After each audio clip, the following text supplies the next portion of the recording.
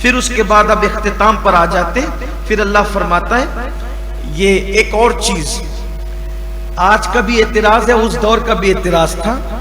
اس دور میں، اس دور کا بھی اور آج کا بھی، آج لوگ کہتے ہیں کہ اسلام نے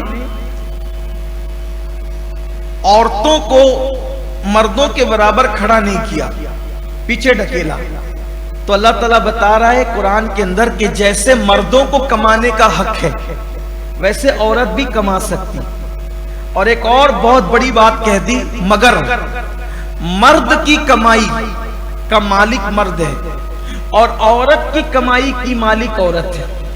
لیکن اب چونکہ مرد کمائے گا تو مرد پر فرض ہے کہ وہ عورت پہ خرچہ کرے، لیکن عورت کمائے گی تو عورت پہ فرض نہیں کہ وہ مرد پہ خرچہ کرے. وہ اپنا خود جمائے گی اور وہ چاہے گی تو مرد کو دے گی، نہیں چاہے گی تو نہیں دے گی، اس کے بعد وہ خود جمع کرے گی. یہ ہے.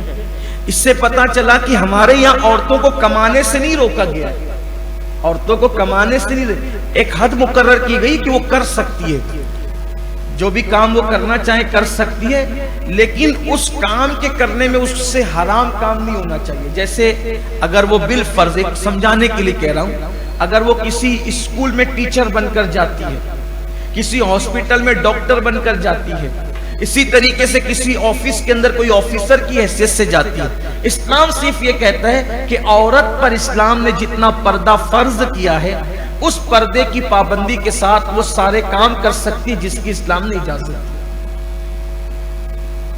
اسلام نے عورت کو کمانے سے منع نہیں کیا، کما سکتی ہے، لیکن کوئی ایسا کام کرنے کے لیے جائے جس سے اس کی آبرو خطرے میں پڑ جائے پھر اسلام روک دیتا ہے. اگر وہ پردے کی پابندی کے ساتھ کرے تو کیا نا، خواتین نے کیا ہے، لیکن عورت کے لیے افضل یہ ہے کہ اگر وہ کوئی کمائی کا کام کرے تو کوشش کرے کہ گھریلو کام کرے، گھر میں بیٹھ کے کرے. تو اسی طریقے سے اگر عورتیں کسی کام کے لیے جاتی اور آبرو خطرے میں آتی ہے تو پھر روکا جائے گا، اور گھریلو کام کاج کرے جو بھی کر سکتی ہے. اللہ تعالیٰ توفیق دے. میں تو کہتا ہوں اللہ آپ کو اتنی برکت دے، پوری قوم کو، امت مسلمہ کو اتنی برکت دے کہ ہماری بیٹیوں کو، بچیوں کو کہیں جانا نہ پڑے، اللہ اس دن سے بچائے. لیکن گھریلو ہنر سکھاتے رہیں تاکہ بچیاں اپنے پیروں پہ کھڑی ہوں.